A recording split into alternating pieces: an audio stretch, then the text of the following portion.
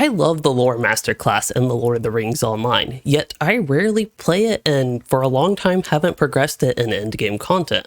Why is that? Well, I think it's an interesting problem with the class that is at least partially a result of the old design approaches with LOTRO that have left the LM a bit behind in the modern day LOTRO, and just some other glaring issues with certain class mechanics. This video is actually very timely with the Lore Master position to get a revamp later this year, but the original idea of the script was actually from a few months ago when I did my recent class ranking video where I actually rated the Lore Master as an A tier spec redline Lore Master in terms of just how much fun I have on it.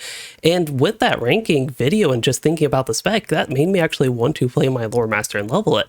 But then I got to thinking a little bit more. I ran into the issue that I felt like playing my Lore Master was pointless. But if I were to have fun leveling the character, why would it feel pointless?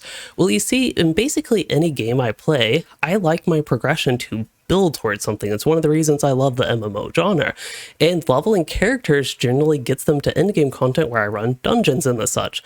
But with the Lore Master, the optimal endgame and group content experiences on them is just so vastly different from the solo and leveling gameplay that it just feels like a completely different class, and it's so much so that I actually do a 180 and I don't actually like filling their role in the group. So if I do level a Lore Master up to endgame content, I will just abandon it there, and then there's just like really nothing for me to build towards, and I don't get any sense of accomplishment leveling a Lore Master, and perhaps more importantly, every level I do gain on my Lore Master is actually seen as one level closer to what is essentially like the death of my character until at least the level cap is raised and I specifically feel like playing the Lore Master again.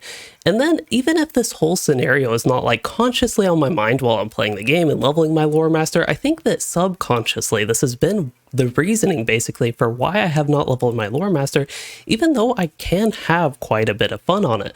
Ultimately, there's just something else that's always more valuable for me to do. In other words, there's just always a better opportunity. But that does not actually have to be the case, because if the Lore Master group experience at least optionally somewhat resembled the solo gameplay and leveling experience, I would actually like to progress my LM and endgame content, and that is actually the first part of the Lore Master problem.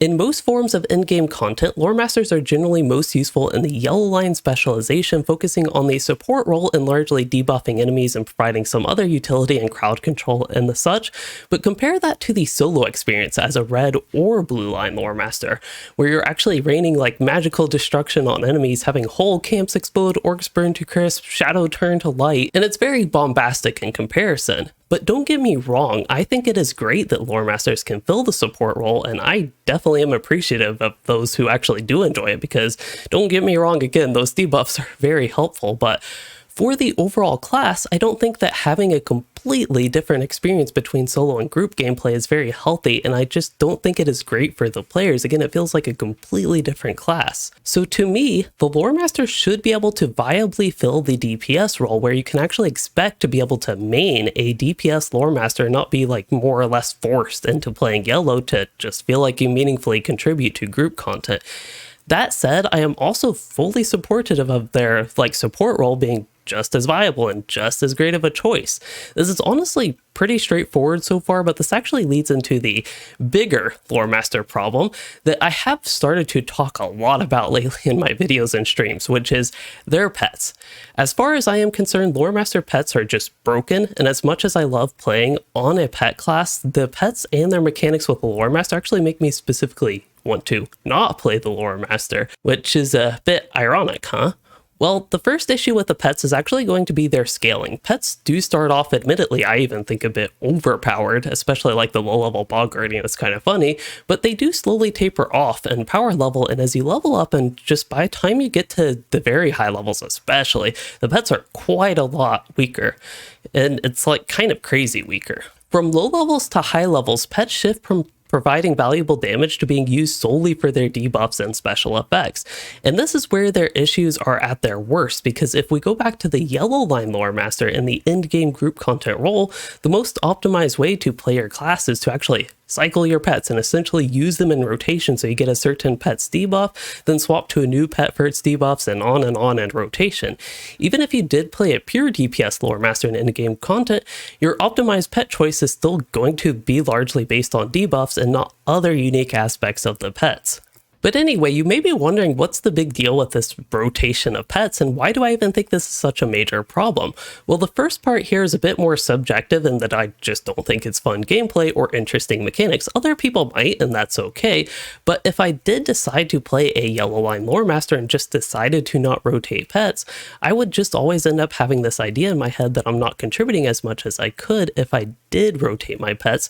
And in a sense, I'm like letting my group down by not doing so. So that is really the whole idea, that it's just basically an instant turnoff for me of the yellow line. And that would actually be true even if I enjoyed other aspects of the spec. I actually remember trying the yellow line back in 2019, it would have been, was the last time I tried that, but I just could not enjoy it, partially because of the pet issue just becoming more and more frustrating over time. It was actually kind of like Beorning and weapon swapping, even though that was more so a problem with champion, I am aware, but same issue really. Anyway, the other big problem here with pets is actually going to be with the blue line, which is made basically useless and pointless because the pets themselves are not impactful at high levels outside of their debuffs. And for people unfamiliar, the blue line for lore masters is their pet-based specialization.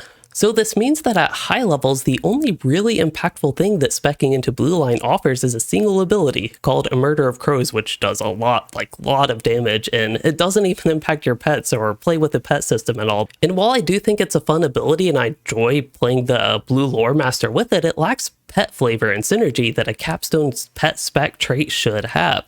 But actually with the recent update, the Blue Line Lore Master does actually get the Eagle pet as an exclusive nowadays, so I guess that technically would be a second reason to run Blue Lore Master, but that's still not really good to me if you have two reasons to choose the spec. But yeah, if y'all cannot tell, this is obviously frustrating, and I just realized this video has probably felt quite negative at this point and like I'm just venting, but that is actually not the point of this video. I should point out that I really do enjoy Lore Master and I want to play it more, but with the Lore Master problem here, I just don't really play my Lore Master much. It's kind of similar to the Beorning and the Redline Beorning problem. It is actually so close to being a really top of the line experience that makes it extra frustrating because there is so much potential to be unlocked from just a few changes. But that is where I will leave the Lore Master problem. Please let me know what you think, and I will actually make sure my next class review is more positive as I plan to return to another series that I do. Anyway, if you enjoyed this video, don't forget to like and subscribe, and thanks for watching, everyone.